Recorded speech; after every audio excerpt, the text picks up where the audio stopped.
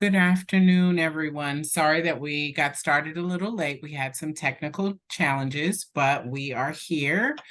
Um, and so what I'd like to do is share my screen.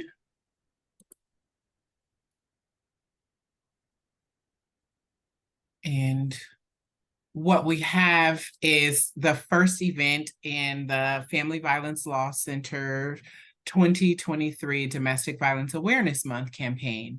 And this year, we'd like to focus on gender-based violence and economic mobility. I am Tunisia Owens. I'm the Policy and Advocacy Manager. And I am joined by Sadia Khan, who's the campaign coordinator, and Feroz Anir, who is the policy advocate for Family Violence Law Center's policy department. This year, for October, which is Domestic Violence Awareness Month, we are hosting events throughout the month that highlight the experiences of survivors of various forms of gender-based violence. The theme for this year is methods for impacting survivors' economic mobility. And we view economic mobility through the lens of health, housing, education and training, legal and policy change, as well as reproductive justice. We also believe that obtaining knowledge is one of the most important instruments of protection, and that these webinars will serve as a pathway towards community building, education, empowerment, and a better shared future. The agenda for today will be introductions as I've begun them, and then I will also introduce our learned speakers, Doctors Shalitha Campbell and Aisha Mays, who will be providing information to us about the impacts of health and the intersections between domestic violence and health and economic mobility. So I'll begin by reading their bios.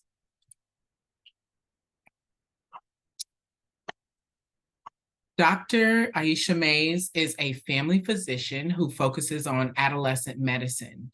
She is the CEO and founder of the Dream Youth Clinics in Oakland, California, and a clinical researcher with the UCSF Bixby Center for Global Reproductive Health. Dr. Mays is an innovative adolescent healthcare leader and has special clinical teaching and research expertise on youth affected by sex trafficking and reproductive justice for young mothers. Her work focuses on providing inclusive adolescent family planning within a reproductive justice framework, and on elevating the expertise of young people who choose to parent as a way to shift the national paradigm on young motherhood. Dr. Mays believes that passion, creativity, critical inquiry, and building community are keys to dismantling inequitable systems and constructing a new vision for the future of healthcare. Thank you for joining us, Dr. Mays. Now I'll read the bio for Dr. Campbell. An Oakland native, Dr. Campbell was born, raised, and currently lives in Oakland. Dr. Campbell is committed to advancing the rich legacy that has been cultivated by social justice, empowerment, and fortitude in the beautiful city of Oakland. Guided by the philosophy of Maya Angelou, do the best you can until you know better. Then, when you know better, do better. Dr. Campbell's personal educational journey as a lifelong learner has catapulted her into the realm of academia as an educator, educating patients and students to empower themselves in achieving better health and more knowledge. Checks the box of doing the best she can with the tools that she has. Thank you for joining us today, Dr. Campbell. And so I am going to stop sharing my screen so that I can see our speakers' beautiful faces and start with asking a question. So The first question I'd like to ask, and I'd like both of you to, and we'll start with Dr. Campbell, I'd like both of you to answer is, can you provide a summary of the work that you do in the community right now? So we know you both have long histories, but we just like a summary of what you do now. And if you want to talk a little bit about your pathway to get to this point, that would be great as well. Thank you. Sure, sure. Thank you. Thank you so much, Tunisia, for that introduction and the opportunity to be in this space. It is always nice to be with like-minded people to offer as much information that we can to share with the community. My background, as you have already stated, is I am an Oakland native, and right now I am working at Samuel Merritt University, which is a health science university here located in Oakland. I am the former past immediate director of the Family Nurse Practitioner Program. And what is so important to me right now is ensuring that our students, individuals who aspire to be healthcare providers at all levels, but specifically at the advanced practice level, it is important that we teach them how to be ready to service the communities that they will be entering, and also to ensure that they have a wide perspective and lens about how to care for individuals who arrive to them with different types of experiences. And so that is probably the primary lens that I will share right now, is my work as a family nurse practitioner. Thank you. And Dr. Mays, can you give us a brief summary of your current work and your path to where you are right now? Yes, thank you. Thank you. And thank you for having me on the panel. And I'm just really love being here with my co-panelist, Dr. Campbell. Know her very, very well, and have really loved the work that we've done together, Tunisia. So thank you so much for having me. So I, as my bio said, I am the founder and CEO of the Dream Youth Clinic. And so the Dream Youth Clinics have been in operation since 2017, and we're really caring for the most vulnerable youth of the Bay Area and beyond. We really say beyond because we provide services co-located in spaces where young people are seeking support and refuge throughout the state. So right now we are co-located in the Dreamcatcher and Covenant House Youth Shelters, and that is by design. So we really wanted to be in spaces where young people already felt comfortable, were already seeking services and support, and that is in spaces that we're also caring for young people that society often forgets about, that have often been made vulnerable by society. And so that's our young folks who are unsheltered, and all the intersectional challenges come with that, which I'm sure we'll talk more about today. Young people affected by sex trafficking, young people affected by family conflict, the juvenile justice systems, the foster care systems. And so we really wanted to be specifically and distinctly in those spaces. And so we provide care from a youth-led lens. We always talk about how we are youth-led and youth-centered, meaning that we go to our young people first around any of our healthcare delivery services, our programs, and we also call our young people in to be leaders in those spaces. So being a paid leaders in the spaces as well is something that's really important to us in terms of the youth leadership. And our mission, as we have continued to grow and really deepen our work, our mission really centers around, again, supporting young people who've been made most vulnerable by society, particularly Black girls, Black youth, youth of color, and gender expansive youth. And so we want to make sure that, again, everything that we do reflects those young people, that our young people see themselves in those spaces as well. And so that's how we do the work, and really in partnership with our young people. And so I'm a family physician. I focus solely on adolescent medicine and have had my entire career here in Oakland in the Bay Area. Well, thank you both for that. And we feel so grateful that you were able to just take time out of your busy schedules, your busy days, just to talk to us during Domestic Violence Awareness Month. So one of the things that we wanted to know is, can you identify some of the challenges that the vulnerable populations that you serve, their experiences, the challenges that they experience in trying to obtain healthcare services. And we'll start with Dr. Mays. Yes, I'm so happy that you asked this question. It's so, so important, especially in California and in the Bay Area, where sometimes we can think that with expanded access to healthcare services, Medi-Cal for most folks who need it, family planning services, sometimes we can think that people are receiving the same types of services and that there are few service delivery barriers. And we know that that's not true.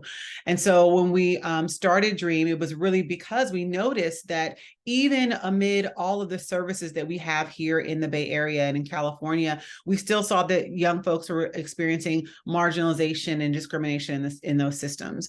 And so things that we're finding with our young folks who've been made most vulnerable in our communities is they will come into when they come into healthcare services, they may not have the appropriate documentation to be seen. They may have an ID identification where they actually can be seen, or have their insurance validated or verified. They might be late to their appointment because of other social and just personal vulnerabilities that they're experiencing.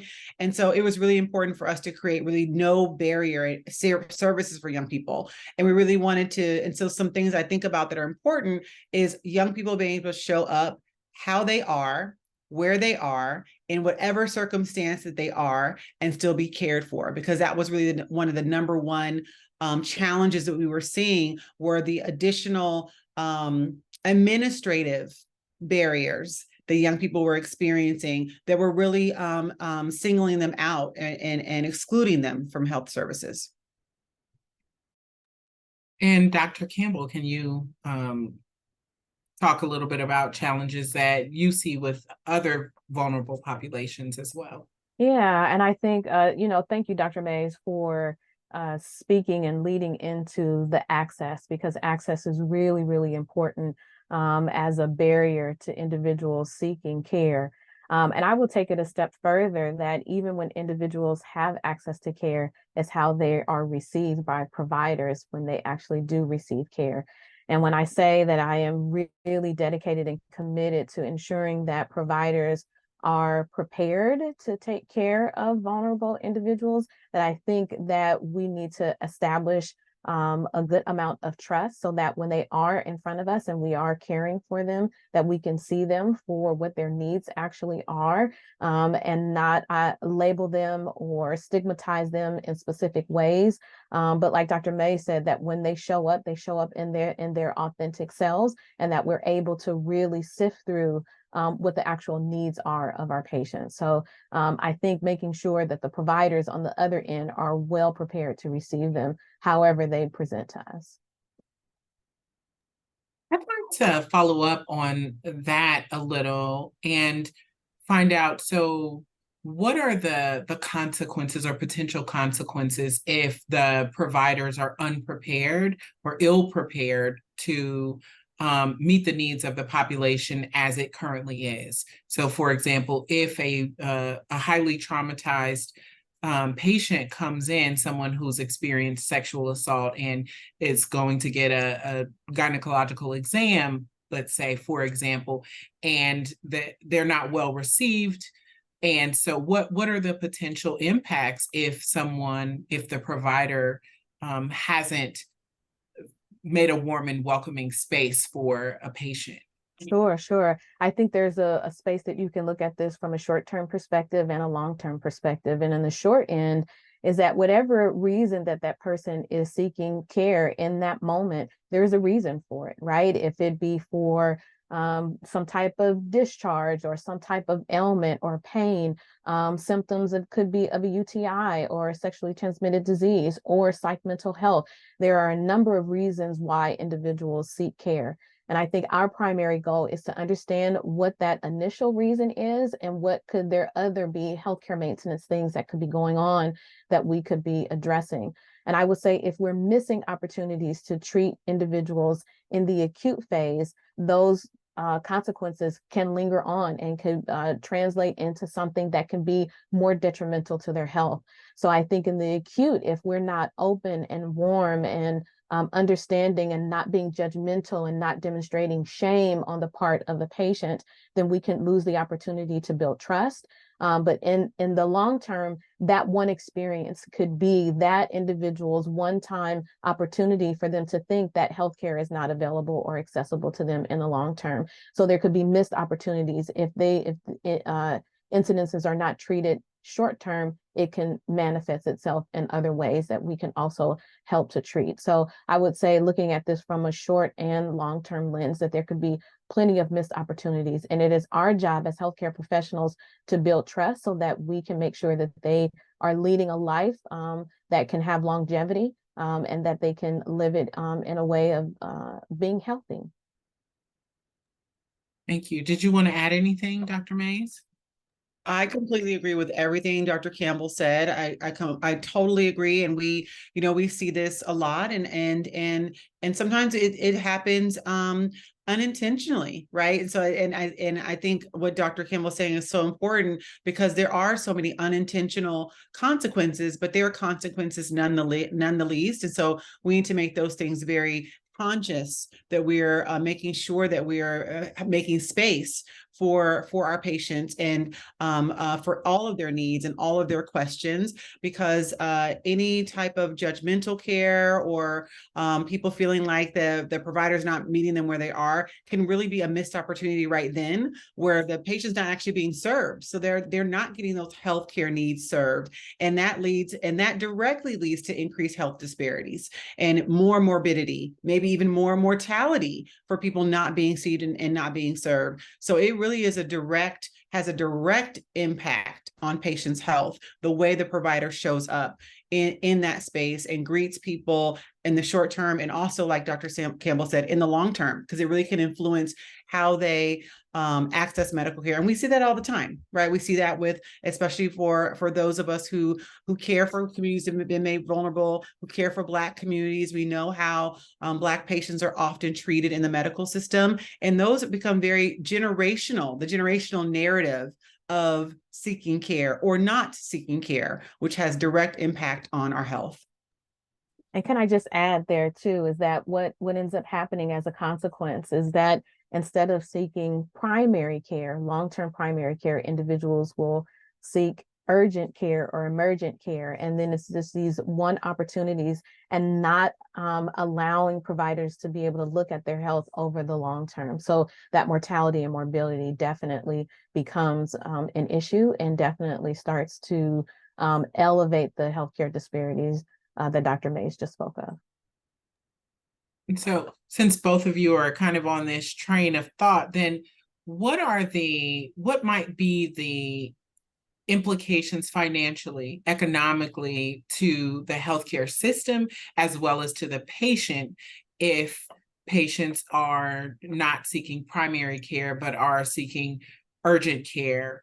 Right. So can we pull that apart a little bit more, and then talk about that impact on the healthcare system?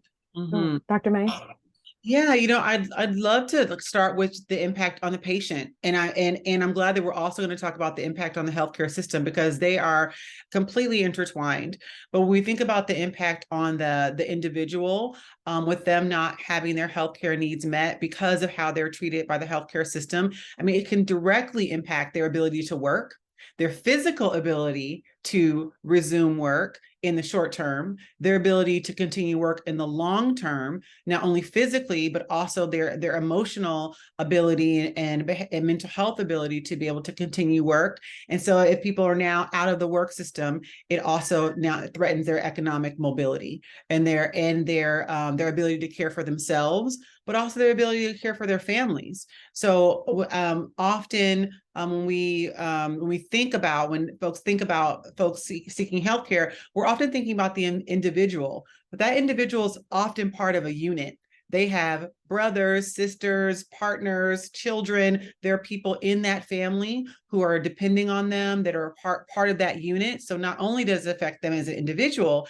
it also affects their family stability and the family, not even economic mobility, but just being able to be stable, just to have those basic needs met.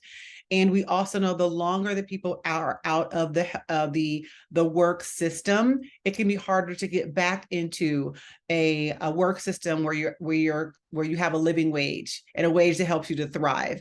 And so I also think about how patients then may be more impacted by only being able to be in low wage jobs.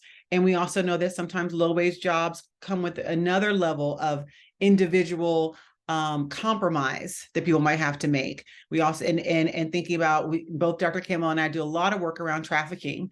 And so we also know that folks who have been made to be in these other types of economic systems are also very vulnerable to labor trafficking, and sex trafficking and labor trafficking go hand in hand. So it is a real slippery slope that is very real, and that is highly experienced by individuals who've been made vulnerable in our communities. Mm-hmm. And Dr. Campbell. Yeah, and I would just add the quality of our healthcare and access to care is also really important. So I think when Dr. Mays really speaks to the level of work that individuals may have, either low wage or moderate wage, that gives them additional access to different types of healthcare insurance.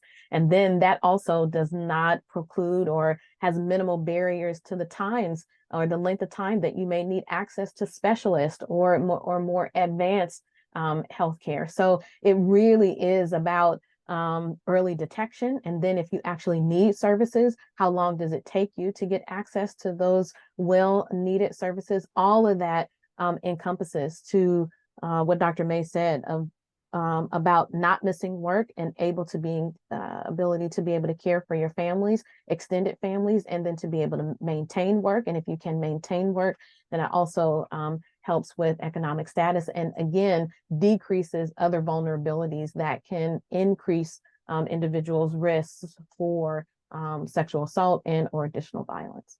Mm-hmm. Oh, I'm glad you mentioned that, because I then wanted to dig a little into these vulnerable populations. So we've definitely mentioned human trafficking, labor trafficking. We talked about sexual assault and domestic violence. And so a lot of these conversations feel cyclical, that if you're in poor health, then you're more vulnerable, and then your family becomes vulnerable, and there's this generational issue. So I'd like to dig in a little deeper there and talk a little bit about intimate partner violence and domestic violence and how that links to health, both mental health and physical health. Mm-hmm. And we can start with who, I can't remember who spoke last. So we'll start with Dr. Mays. Okay. Yeah. And I really appreciate that we're having this conversation and I appreciate that we're talking about it in a very integrated way, because it really is. I mean, we try to talk about sexual assault, healthcare access, domestic violence, human trafficking in silos. And sometimes we need to just talk about that one issue we can get a language and lens for it, but it really is all integrated. It's really all intertwined.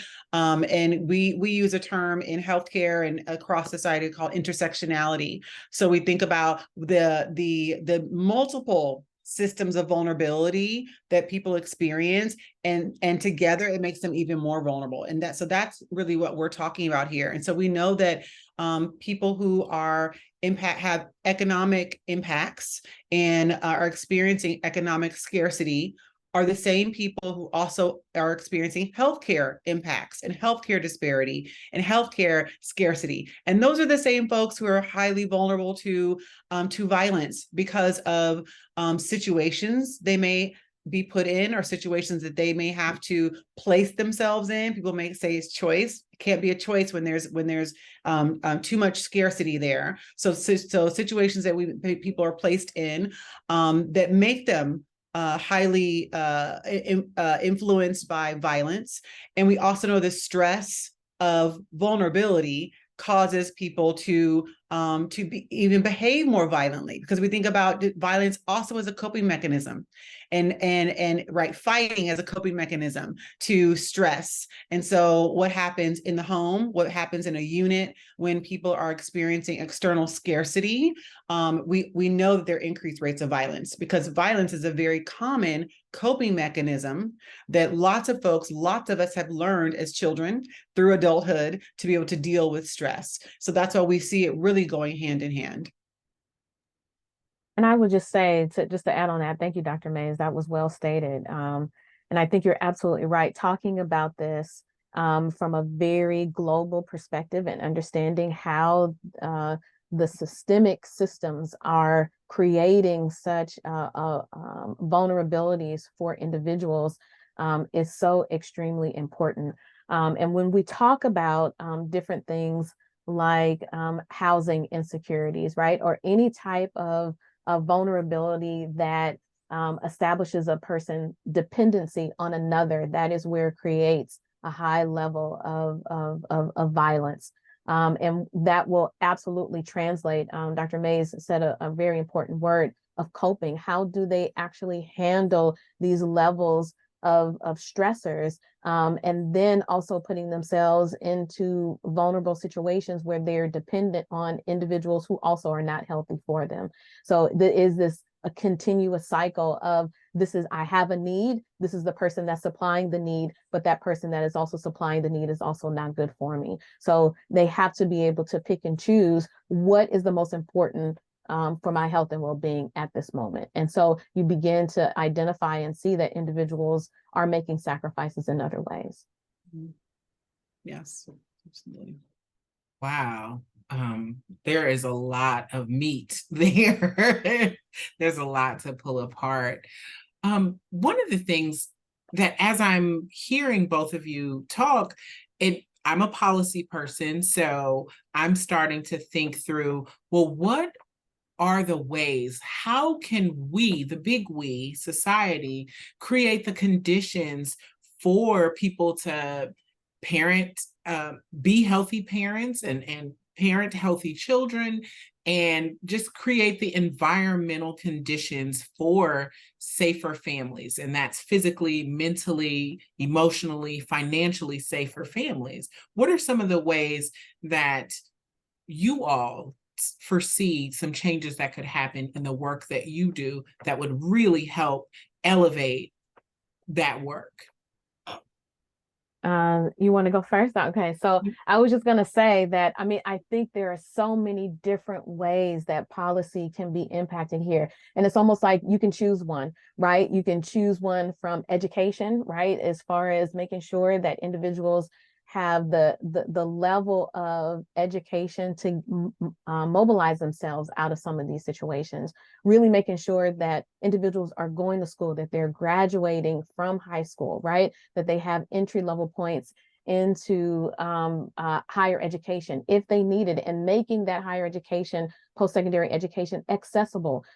Making sure that early childhood education is available, making sure that there's flexible work arrangements for individuals while they're working, to promote different types of job trainings, right? And I will also say one of the things that I really talk about is making sure that we give families and parents resources on how to become better parents, right? Sometimes we parent from the place that we were parented, and that doesn't necessarily mean that that is the most healthiest thing, but giving them choice and giving them options and giving them better ways on how to parent in a different way so that they can achieve different results. So I think there's a number of policy issues that we can really talk to about, but finances, money, especially in the Bay Area, right?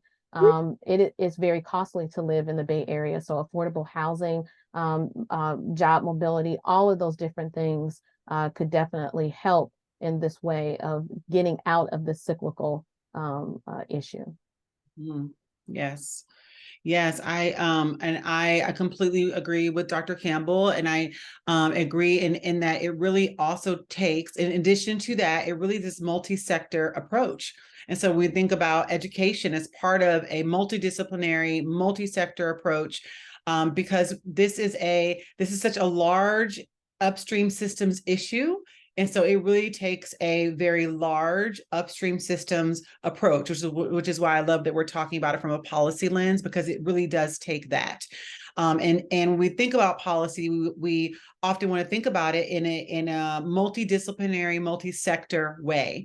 The other thing I think is so important is that we bring in individuals who are the most impacted to be part of the solutions. So if we're thinking about patients who are experiencing challenges in parenting because of trajectory, maybe economic trajectory or healthcare, well, we need to bring in patients who are experiencing parenting challenges to be part of the solutions, because that's how we're really going to hear all the things that we need to be working on together, that are actually deeply impacting individuals' lives every day. Really having those folks at the table with us and helping to lead those systems changes. I totally agree with Dr. Campbell. Like, pick one, because there again, it is multi-system, and so we really need to look at it from these different systems, and also how the systems are integrated. How are they combined, and how can we think about our recommendations in terms of longevity, but also having, again, I'll just reiterate, having individuals who are impacted at the table, side by side, and us creating the solutions together. And I'd like to thank you for bringing us back to how we work with those who are most impacted. And I wanted to ask a question about best practices. Both of you talked in the beginning about how you engage with patients and meeting them where they are. So can you talk to us a little bit about some best practices when you're treating survivors of gender-based violence? So that's including intimate partner violence, domestic violence, elder abuse, sexual assault, trafficking, stalking. Like, how do you engage with those survivors, and in a way that will help them break cycles of both violence and abuse and poverty? No, I was going to say, listening is a very good place to start. Listening with an open mind, listening with no judgment, approaching their care with a trauma-informed lens, making sure that they are safe, and also leading and prioritizing what they feel is right for them in that moment. We cannot impress upon our belief systems and how we live our lives to prioritize what their needs are. So we have to put them, what we call in the medical realm, is patient-centered care. We have to put them in the center, and really give them choice, right? I think that is so important. When individuals have been violated, their choice has also been taken away from them. So empowering them in a way that we can allow them to make the best decisions for them, because 9 times out of 10, when we're seeing patients, it's for 15, 20, maybe 40 minutes. So it's hard to really gather their true essence of all that they are dealing with and having to manage in that moment for us to give them the best solutions, right? So it is dependent upon them to tell us their issues, their vulnerabilities, and then us using our resources to be able to guide them in a way that can get them to the point that they need in that moment, whether it be short-term or long-term.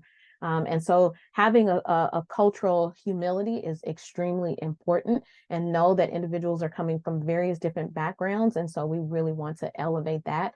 But safety and trauma-informed, I would say, will probably be my top 2. Dr. Mays? Yes, I completely agree. I think Dr. Campbell put it beautifully, and really, again, just showing up where the patients are, creating a welcoming environment. Number one, letting patients know through our language, our body language, just how we show up, that we are here to serve and support them in the ways that they need to be served and supported in that moment. Sorry. And just letting patients know that that is the most important thing. So we have our protocols, we have our processes. We love to have all of that, and putting that all to the side and making sure that our patients are aware that we are here to serve them in a way that they want to be served in this moment. And so sometimes that is interrogating those guidelines. Sometimes it is interrogating those reports and going slowly. And again, like Dr. Campbell said, often we have limited time in that moment for that particular interaction. And so maybe they might be coming back the next day to talk again. So again, looking at our guidelines and knowing that things need to be adapted in real time for real patient needs, things that we're seeing in front of us, because the most important thing, going back to one of the first questions, is that we want to make the connection with that patient and make sure that they will come back. Because again, we know once patients have a bad experience, or we don't know, maybe we may not see them again, and also may color their experiences in the future. And so it's really, really important for our patients who've experienced forms of sexual violence that we are taking a very patient-centered and cared approach, and also a slow approach. It's slow work. It is long work. It is primary care, continuity of care work. This is not an episodic, they're just coming in and coming out. We really should be thinking about this as relationship building, as primary care, and we're continually serving our patients. And I'll just add that removing the judgment and blame, because we know that some individuals may slip back, or when you think that you're making progress, and then, maybe they go back to the same situation that they've been in, right? We need to receive them in the same way that we received them the first time, and not make them feel, a certain kind of way because of the decisions that they're making, because we don't fully know all of the elements that are involved in some of the decisions that they're making. So again, making sure that they're safe and understanding how we can best serve them, and how do they feel like that we can best serve them. And Dr. Campbell's making me think about one thing that we talk about a lot, and with both of our systems and all of our work together, is really the importance of our staff being trained. Our staff really being trained around this work and caring for individuals who've experienced deep vulnerability, who've experienced deep levels of trauma. We know there's so many levels of vulnerability and trauma. Today, we're talking about sexual violence, but there are so many different types. And so many of these things, they don't teach us in professional school. They're not teaching us this in medical school, in nursing school, in nurse practitioner school. And so we want to make sure that we are connecting with our community-based organizations who have specialty in this work, to make sure that our staff are trained in how to provide this deep, compassionate, calling in care for patients. It is really critical to the work. It is as critical as knowing which lab tests to order for patients. And so if our staff are not being trained, if our staff from community experts who have expertise in doing this work, then we are just doing disservice to our team, and we're doing the ultimate disservice to our patients. And it's going to be taxing on us, right, Dr. Mays? Because guess what? If we're the only ones in the room that's providing this level of needed care, then the patients are only going to want to deal with us. And we can't do all the paperwork, right? We can't do all the other administrative things that are required to usher them through this laborious bureaucratic system, right? And that's why you need the full team, and not just you yourself, but making sure that everyone is prepared. That's an excellent point, Dr. Mays. And my last question is, as we are talking about intervening for folks who've already experienced violence, who are already enmeshed in abusive relationships or circumstances, what are some system level improvements that we can make in the the healthcare system and accessing health information that can help prevent violence in our communities and help people get to thriving economically. Mhm. Yeah, I would say, again, I'm going back to this multi-systems approach and using that example in collaboratives. I mean, there's so much power in collaboratives and not doing this work in silos. So I think, one, being connected to other health systems and other health collaboratives, and also multidisciplinary collaboratives that include healthcare, to be able to talk about prevention models and really to create models of care. So that, again, we're not working in silos, where we're thinking about prevention in a holistic sense, and then working towards implementing some of those systems as well.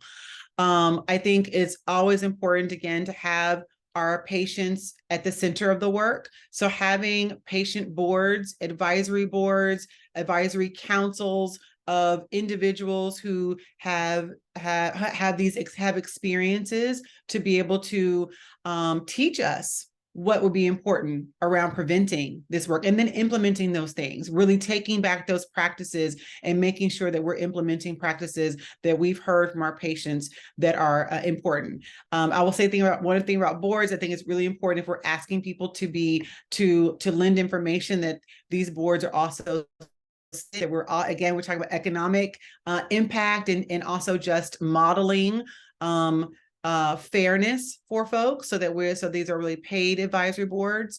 I also love the idea of us having economic support for folks baked into our healthcare system delivery. So most of us are in the community health center model that really, again, is not only healthcare, but it looks at other things that we know impact one's ability to care for their health, and economic is so important. So do you have a community fund? Is there something that the clinic can be doing to help to fill in some of the gap for folks in the immediate, while we're working on these longer term and more institutionalized policy level approaches? Excellent point, Dr. Mays. And I will just say that one of the ways we talked about education being extremely important and helping us to collaborate with others in the community. And I will tell you, one of the things that we're doing at Samuel Merritt, we often have individuals who provide donations and endowments to the university.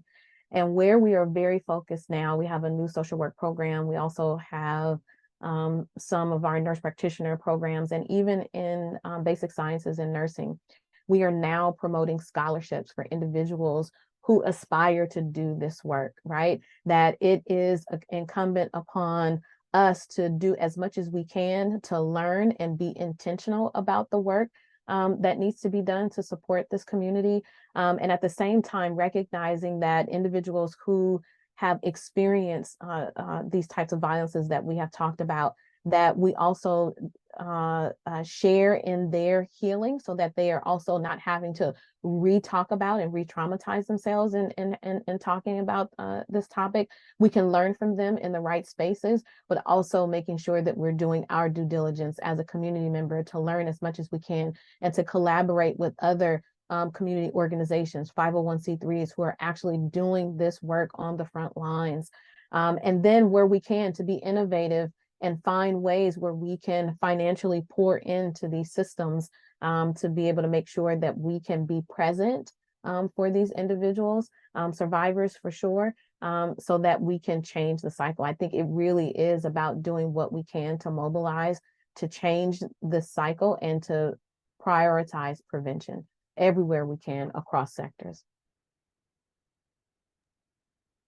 Thank you so much for those deep thoughts and well presented information. So I would just like to take this time to give you, if you have final thoughts, if you want to promote your work, if you want to, tell us what's your Instagram, what's your Facebook, website, where we can see you again, talk to you, if we have folks that we want to refer to you, if you'd let us know that, and then just give us your final thoughts about the topic, the intersection between economic mobility, domestic violence, and health.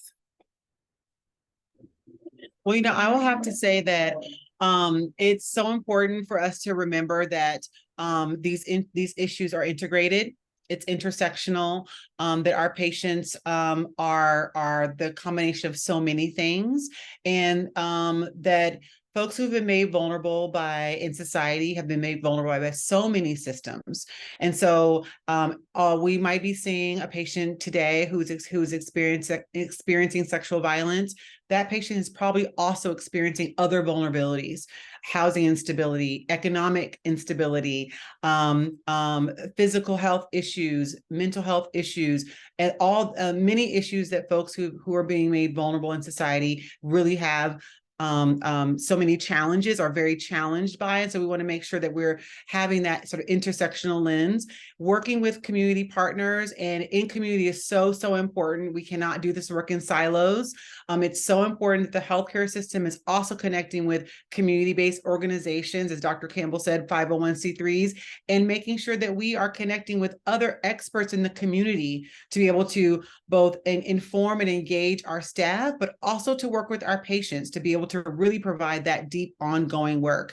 Third thing I'll say, this is long work. This is primary care work. This is not episodic. We saw a patient who came in crisis today, and now we've helped them to become as stable as we can for the crisis, and then we'll see them later. No, this is long, ongoing primary care work.